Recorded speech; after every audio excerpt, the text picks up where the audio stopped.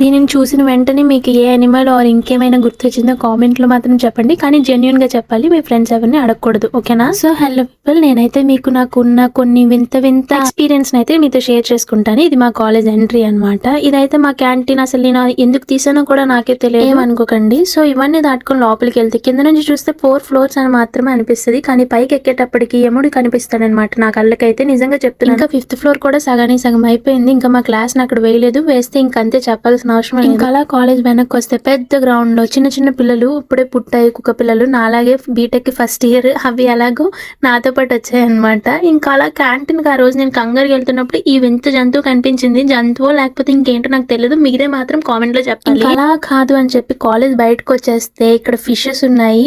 నేనే ఫస్ట్ చూసాను అనుకున్నాను, కానీ కాదు, నాకంటే ముందు చాలా మంది అక్కడ గుంపులు కట్టేసి ఉంటే ఏంటా అని వెళ్తే అక్కడ ఇవి ఉన్నాయి అనమాట. ఫైండింగ్ నీమో మూవీ ఎవరైనా చూసారా? అక్కడైతే ఒక నీమో ఉంటది, ఇక్కడ చాలా నీమోస్ ఉన్నాయి. వాటికి పోనీ వేరు వేరు నేమ్స్ పెడదామన్నా అన్ని ఒకలాగే ఉన్నాయి.